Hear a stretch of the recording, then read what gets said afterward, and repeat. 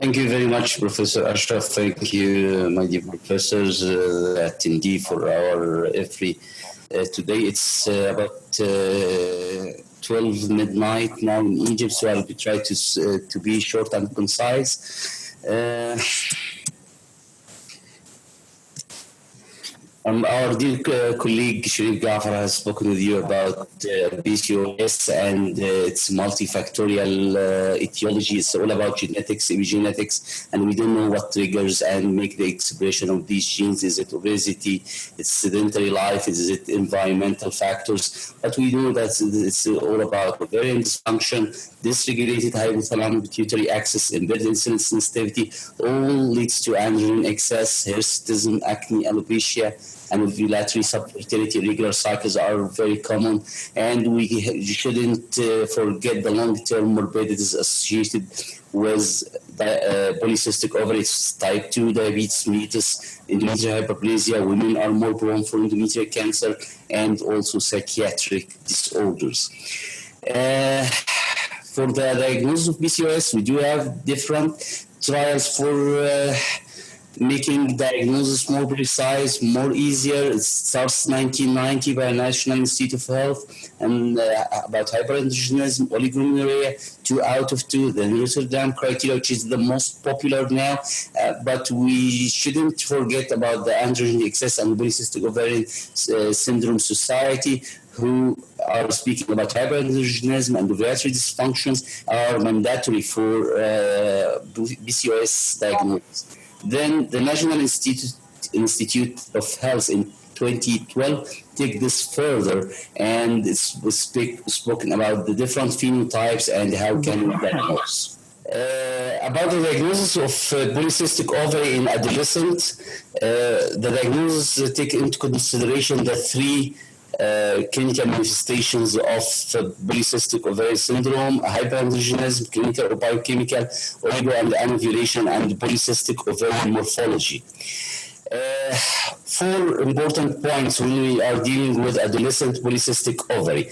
The definite diagnosis of polycystic ovary is not needed to initiate treatment. You have to start treatment because deferring the diagnosis of polycystic ovary deferring treatment of polycystic ovary may lead to comorbidities at later life. Obesity, hyperinsulinemia, and insulin resistance are recognized as common in adolescents. Other causes of hyperandrogenemia and irregular menstrual periods should be excluded. For the management of adolescent polycystic ovary, lifestyle modification, hormonal pills, anti-androgens, insulin sensitizers, and also don't forget cosmetic and local therapy. For the treatment, medical and surgical treatment of reproductive outcome in polycystic ovarian syndrome, this is a systematic review of systematic reviews, and this is very recently published, and it shows that in unselected women with polycystic ovarian syndrome, letrozole should be the first line treatment, gonadotropins should be the second line.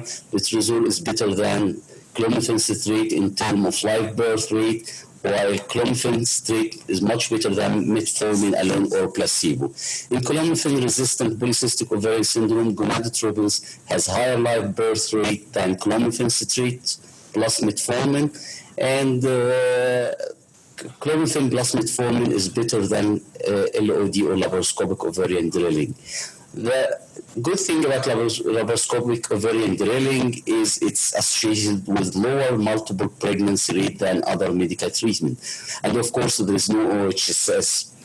Heterogeneous nature of the women with polycystic ovarian syndrome needs larger scale trials for reaching the precise treatment according to the heterogeneous variant of PCOS. For women with PCOS undergoing IVF treatment, the addition of metformin resulted in this OHSS. Gonadotropin-releasing hormone antagonist was associated with less OHSS, less gonadotropin unit, shorter stimulation length, and the low-dose stimulation of ovaries should be considered should be adopted considering the image and the antral follicles.